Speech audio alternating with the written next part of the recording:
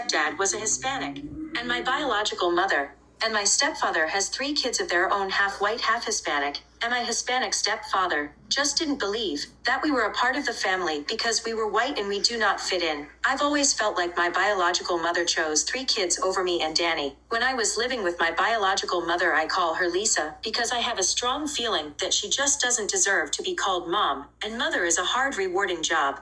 And Lisa was never there. My mom was and will always be my grandma. She did everything for us, from feeding us, taking care of us, put clothes on us, teaching us how to walk, how to crawl, teaching us everyday life.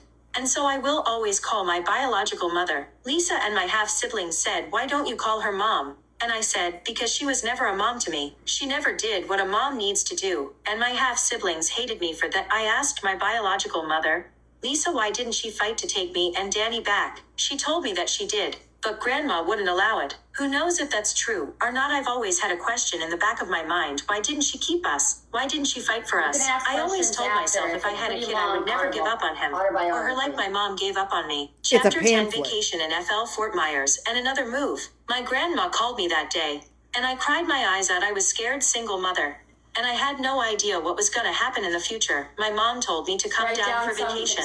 She was living in Fort Myers, Florida, and I said yes. And I'll stay there for about a week or 2. It was a great vacation. My mom asked if I wanted to live with Lisa, my biological mother, and I said no. So then I made a decision on contacting another family member, which was Tina, who was my aunt, and I technically call her my sister. So I packed up and I moved, stay there for a month or 2. My sister Tina was very strict. She always told me, she's not gonna have my son dictate your schedule. She told me how to feed my son, how to discipline my son, how to do this, how to do that. This is wrong. This is right way. I told my sister Tina that I am his mother. I will get to say what goes and what doesn't go. She did not like You're doing so well. And moved to a hotel. Chapter 11, Hotel Stay. Aaron got back with me, and he came to the hotel. I got a job. I was working from home. I had all my equipment with me. I was working to support Cameron. Aaron was with me, but he wasn't paying child support. We were talking in the hotel about getting back together, and that we would see where it would go.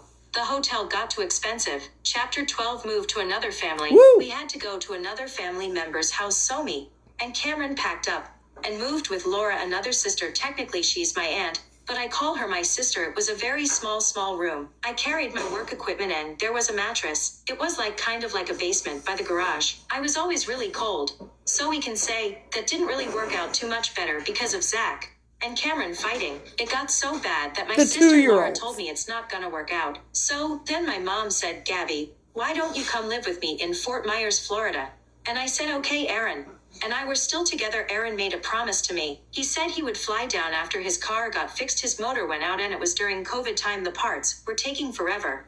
And he just kept telling me, just go to your mom's and I will come down there when the car is ready. Get out. Chapter 13, the big move to Florida. My son and I packed up, got on the plane, Poor lizard. and I was headed off to Fort Myers, Florida. Every day I texted Aaron, when are you coming down here? Always reply, not right now. My car is not done. In the meantime, I was getting all settled, and I still had my work from home job. I got it to be transferred from Illinois to Florida with no issues. My mom was not young. My mom had raised 7 kids. This was really hard on her, especially with what she had going on already.